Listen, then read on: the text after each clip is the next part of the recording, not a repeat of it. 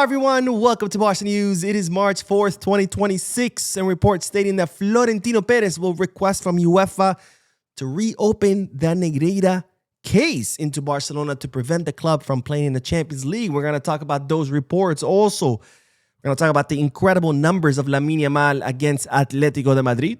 You know, they said he doesn't show up in big matches. We're going to see if he does or not. And finally, Dusan Vlahović could be slipping away from Barcelona. We have a lot to discuss, so let's begin.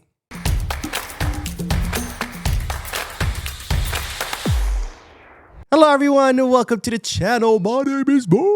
We'll begin this video with the news that, ladies and gentlemen, the court has decided to extend the Negreira case or the Negreira investigation. Now, as you know by now, there's been an investigation to see whether the money that Barcelona paid to Jose Maria Enriquez Negreira's company for refereeing reports during the years that he was one of the many vice presidents of the technical committee of referees was used to bribe referees. The investigation has been going on for more than 3 years, during which they haven't been able to find a single shred of evidence that Barcelona bribed any refs so that they influenced the competition through the hiring of Negreira's company. And now the court has decided that they want to extend the investigation by 6 more months until September. Because, you know, if 3 years wasn't enough to realize that nothing wrong happened, why not extend it another 6 months? Now, of course, I'm not too worried about this because I know they're not going to find anything. They haven't found anything in 3 years, so they're not going to find something in 6 more months. But of course, this is no coincidence that, well, Real Madrid loses against Girona.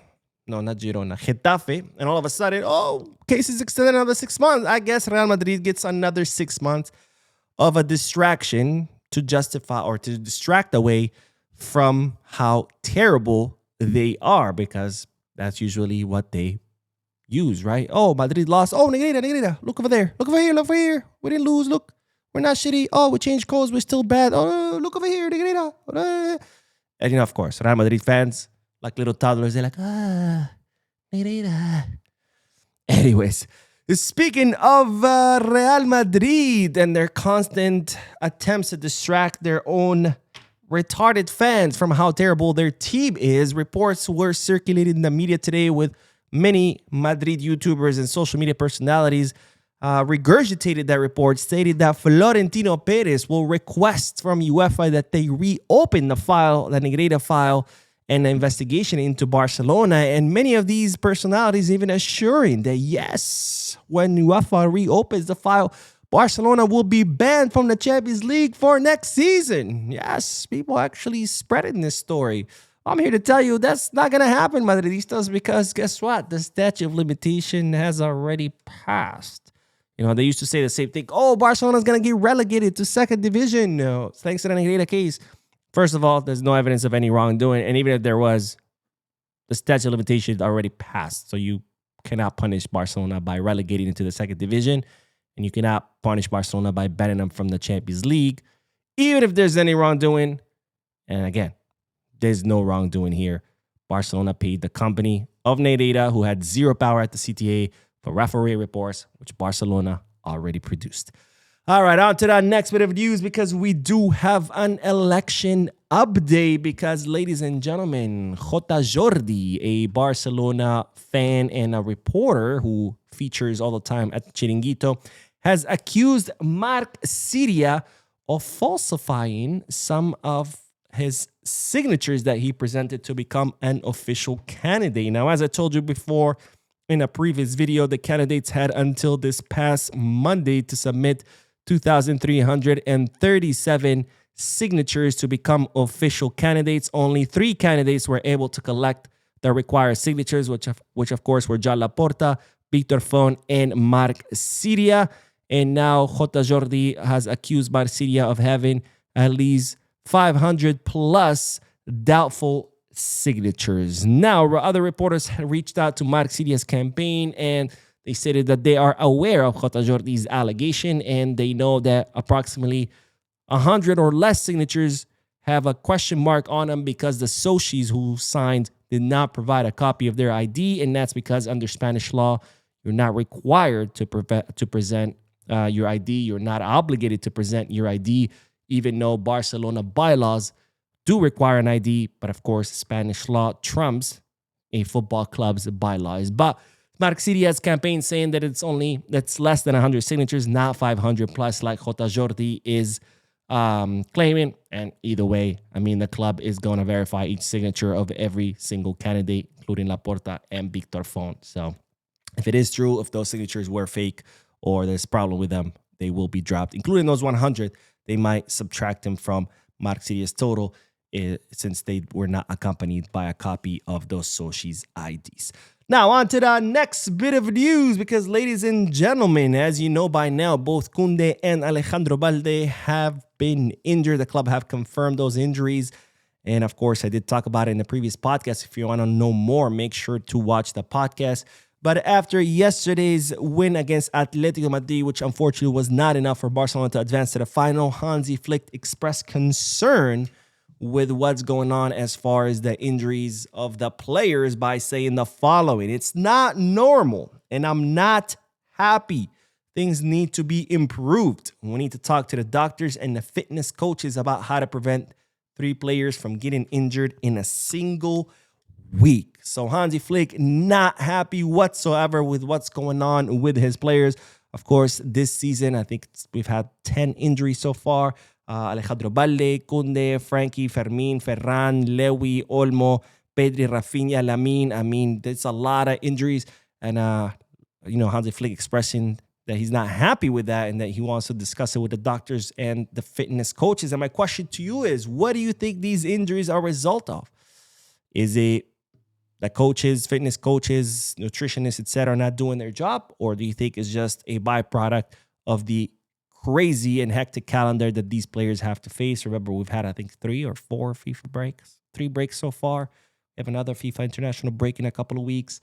Let me know down below in the comment section. Now, speaking of yesterday's match, we got to talk about Lamine Yamal's incredible numbers, because some Madridista haters said, oh, Lamine only shows up against small teams. Let's not forget, Lamine Yamal has scored several goals against Real Madrid, but they are right. That is showing up against a small team. But let's look at how Lamine Yamal did yesterday against a big team, which was Atletico Madrid.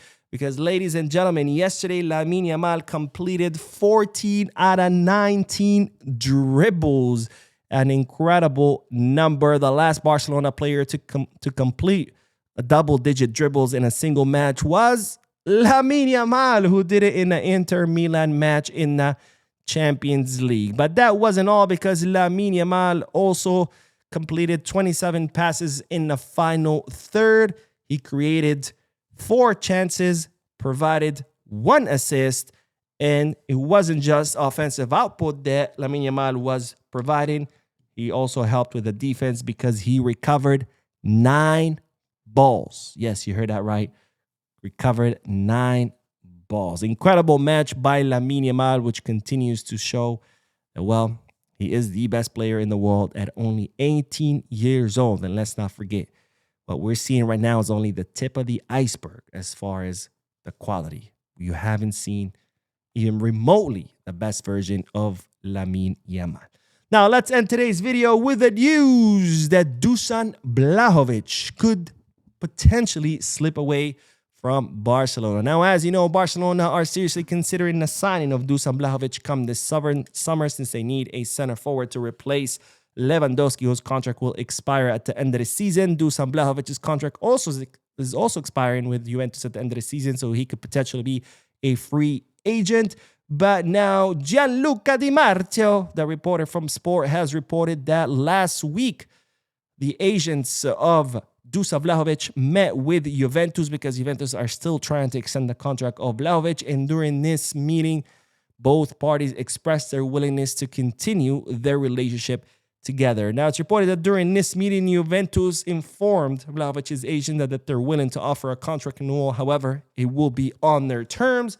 And the agent responded that they are willing to listen to any offers Juventus have and study it before considering any other offers from other clubs. Now, there is no agreement in place. This is just an agreement to sit down, negotiate, listen to each other, and we'll see what happens. So for now, Dusan Vlahović No agreement, no renewal. We're going to have to wait and see. I personally think Dusan, if he does stay, he would be making a mistake. Not even considering Barca's interest in him just in general. I mean, we're talking about a decrepit team in a decrepit league. I think Dusan Vlahovic would do much better somewhere else. No offense to any Serie A or Juventus fans, but let's be honest. The Serie A has been on a nosedive since the early 2000s. But anyways, that's my opinion. As far as Dusan coming to Barcelona, he's not my favorite option, but I think it's the only one that makes sense. He's 25. He's an actual center forward. He would be a free agent if he doesn't renew. So I think it would make the most sense. Again, not my favorite option, but given what's out there, given the prices, given the financial constraints of Barcelona, this probably would make the most sense. But of course, it would all depend on Dusan not renewing. If he does renew, well, it's over. Anyways, that is all, ladies and gentlemen. Like I said before, I did do the podcast earlier today. So if you haven't seen it yet, make sure to check it out. Don't forget to hit the like button, subscribe to the channel, drop a comment. And as always, Visca Barça.